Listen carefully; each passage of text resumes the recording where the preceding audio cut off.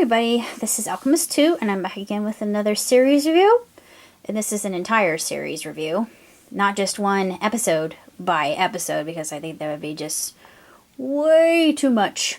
But I finally watched Stranger Things. I had seen and read bits and pieces about it. I really didn't really know what it was about. I could tell it was a supernatural series. I love the artwork. The artwork is very reminiscent of Steven Spielberg films and a lot of movies that I grew up with when I was a kid. And of course there's quite a bit of references to the 80s.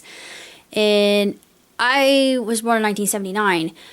I really don't remember the 80s. What was my decade? It was the 90s, because the 90s were all that and a bag of chips. Trust me. The 80s were fine. I mean, the 80s were good, but I remember the 90s the most.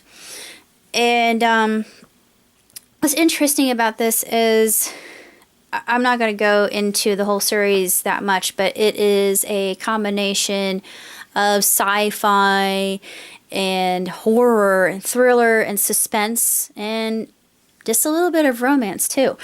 And not to mention, they also play with multiverse theory, which, as you know, I am a huge fan of theoretical physics. I have been ever since I was young. Probably never would have been able to get into the field due to my lack of understanding with numbers. Pitiable, I know. That's why I went to liberal arts. Oh well, anyway, I will make a difference in the world with my unlimited understanding of the English language. Somehow. I just don't know how yet. Anyways, it's a very compelling series. It actually almost made me cry near the end. It was rather emotional because you get so attached to the characters, and I absolutely love all of them. I love Will, I love Mike, I love Dustin and Lucas, and I especially love Eleven. Eleven is just awesome.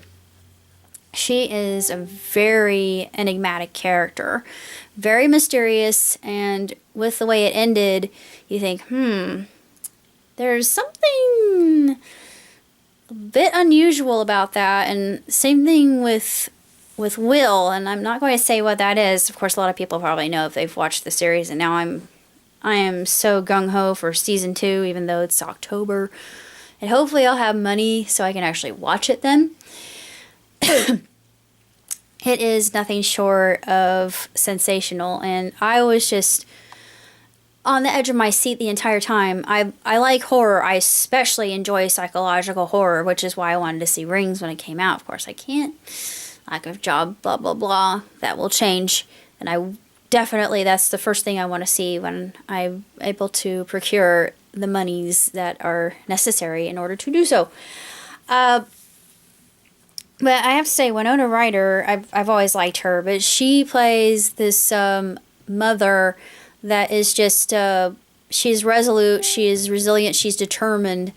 And yeah, like any mother, especially a single mother, and you can see what drives her character and her strained relationship with Lonnie and why they didn't get along, and you love to hate Lonnie. Some of my thoughts toward Lonnie were sympathy as well, because I thought, I don't know, maybe he's not such a jerk, but another part of me thinks, yeah, maybe she's right for having divorced him and everything, but oh, he's very brash and blunt with his criticism of her, and none of it's constructive. It's very blatantly deriding and snide everything that he says, and that's understandable coming from his point, because he thinks that she's lost her mind. And when you see what happens, then you understand why you think that. But seeing it from her point of view, you think, no, absolutely not.